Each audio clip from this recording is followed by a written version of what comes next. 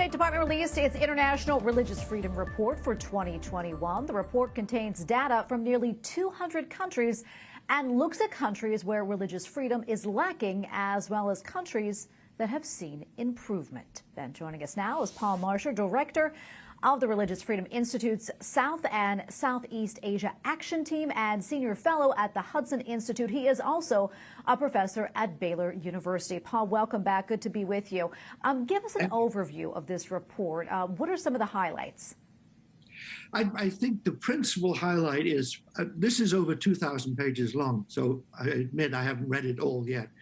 But it is comprehensive, and the sections I have read, I would say, are pretty objective.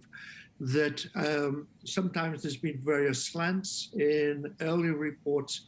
So I think the main good thing here is it provides the most comprehensive survey in the world of religious freedom violations and religious freedom protections. That is its great strength. Also, the introductory remarks by Secretary of State Blinken and Ambassador at Large for Religious Freedom, Hussein, I think they were very good. So for the report itself, I'm happy. My big problem is these reports tend not to go very far in the State Department. It's what the State Department does, or rather what it usually doesn't do with these reports, where the problems come in. What about countries of particular concern? What are some of the countries there, and have you seen any new countries to that list? They haven't. Well, Russia was added recently. The countries on that list, and these are the lists of sort of the countries which are worst for religious freedom, are the ones we would expect. China is there, Saudi Arabia is there, Iran is there, Afghanistan, and so forth. So the list largely is correct, but there's a tendency in the State Department to list the countries which we are more opposed to, or we see as enemies, or at least rivals, such as China or Afghanistan or Iran.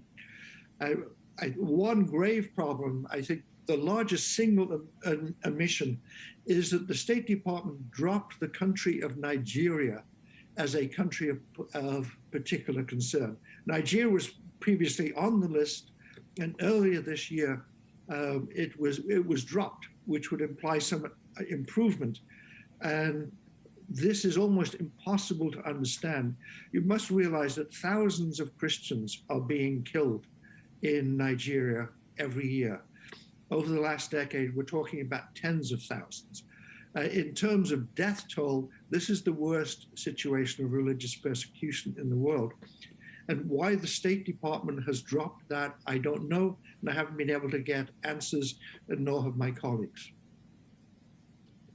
Yeah, it is very concerning, Paul. I mean, it's wonderful to have all this information available to us, but at the end of the day, what can the United States and other countries do in order to combat religious persecution? For the government itself to raise these issues, as I mentioned, this is a pretty good survey. It's comprehensive, but this needs to become part of our regular diplomacy. The relevant ambassador, Rashad Hussein, I think is doing a very good job.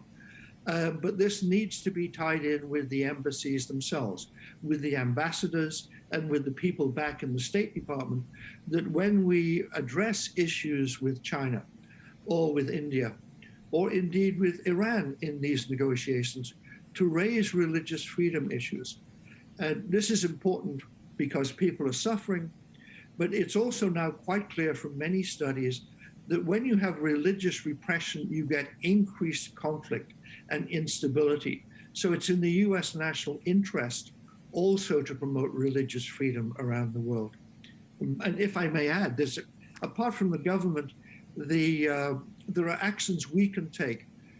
One of the things which Secretary Blinken emphasized in introducing the report, an example he took was the visit by the Holy Father, the Pope, to Iraq. as a very positive example. There are 3 paragraphs on this in his introduction. And the reaction of Iraqis, even though Pope Francis was unwell, they said he came all this way despite difficulty in walking, and he sends a message to us. So this sort of example of the outreach which can be done by the church, and which the church is doing in many places, is also very important, perhaps sometimes more important than what governments do. Yeah, we're going to leave it right there. Paul, thank you so much for your time today and your analysis. We appreciate it. Okay, thank you very much indeed.